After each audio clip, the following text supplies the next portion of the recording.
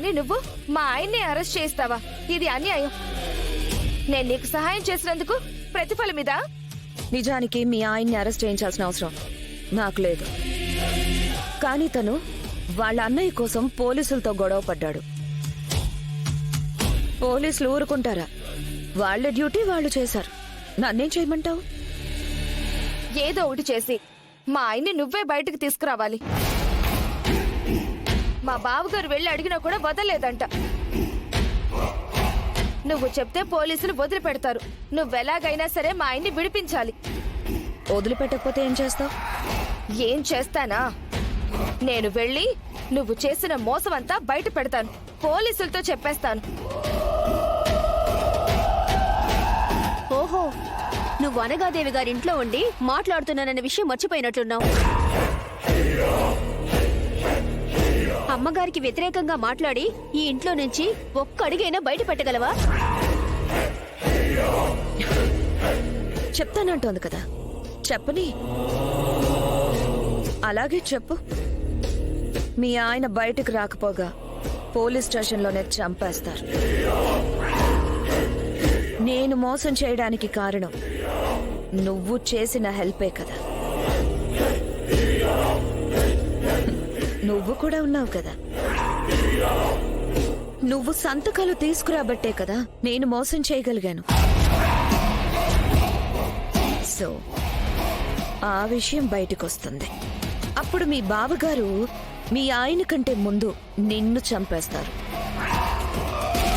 వెళ్ళి చెప్పు. ఇదంతా మోసం, ఇదంతా మోసం. నువ్వు చేసిందేంటి?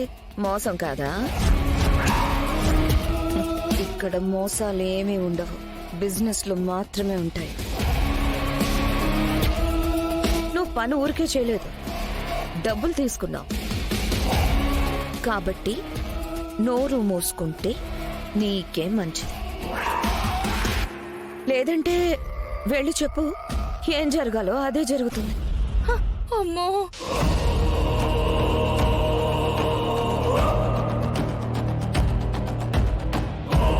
ఏం ఆలోచిస్తున్నావు?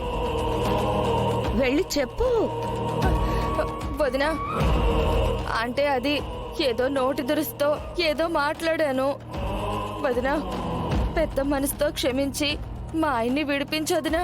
నువ్వు చేతులు జోడించిన కాళ్ల బేరానికొచ్చిన మీ ఆయన్ని విడిపించే ప్రసక్తే లేదు. ఆ రఘురాం ఎప్పుడు దొరుకుతాడా అని ఎదురు చూస్తున్నాను. ఇన్ని రోజులకి దొరికాడు. నేనెందుకు వదిలిపెడతాను? No no no no no no. You can go. ఎవరు అడ్డొచ్చినా నేను ఊరుకోను. చూడండి, ఆ డాక్యుమెంట్స్ ఎలా వచ్చాయని మీకు బాగా తెలుసు. న్యాయంగా మీకు మీరుగా ఆ 10 ఎకరాలు మాకు ఇచ్చేశారంటే మీరు బాగుంటారు, మీ కూతురు కూడా బాగుంటుంది. మేము మా నాన్నలా కాదు. మా పెదనాన్నని అన్యాయం చేసినా అందరూ నోరు మూసుకొని సైలెంట్ గా ఉంటారేమో అనుకుంటున్నారు. కానీ మేం అలా కాదు. ఓ, నాతోనే ఛాలెంజ్ చేస్తున్నారా? సరే, చూసుకుందాం. మీరేం చేస్తారు?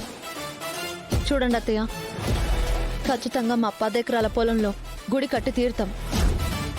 కాదు అని మా కడ్డు రావాలని చూస్తే తర్వాత జరిగే పరిణామాలు కూడా మీరు ఊహించుకోలేరు. పదాద్య పోదాం.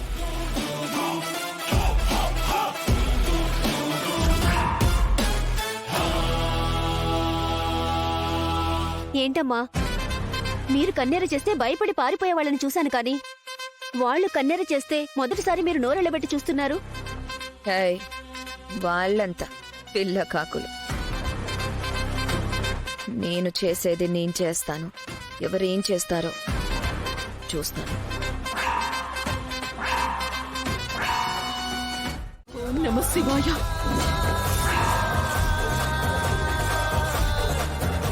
ఓం నమ శివాయ. ఓం నమ శివాయ. ఓం నమ శివాయ. ఓం నమ శివాయ. ఓం నమ శివాయ. ఓం నమ శివాయ. ఓం నమ శివాయ.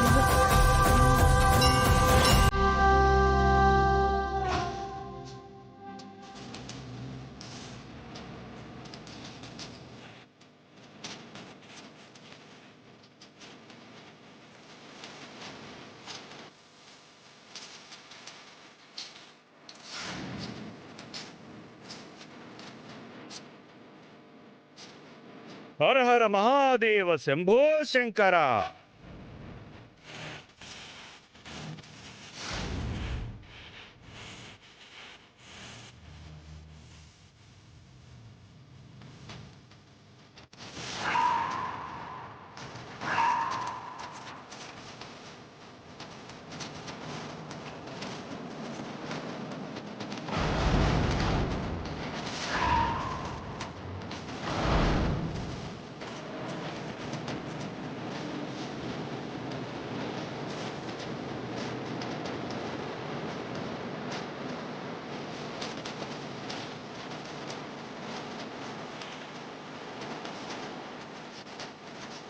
నీ సమస్యకి మూల కారణం శివుడి ఎడమ స్థానంలో ఉన్న వ్యక్తి.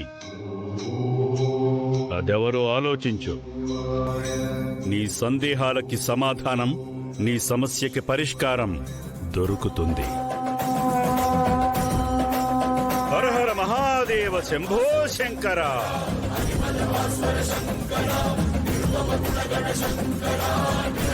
నీ సమస్యకి మూల కారణం శివుడి ఎడమ స్థానంలో ఉన్న వ్యక్తి.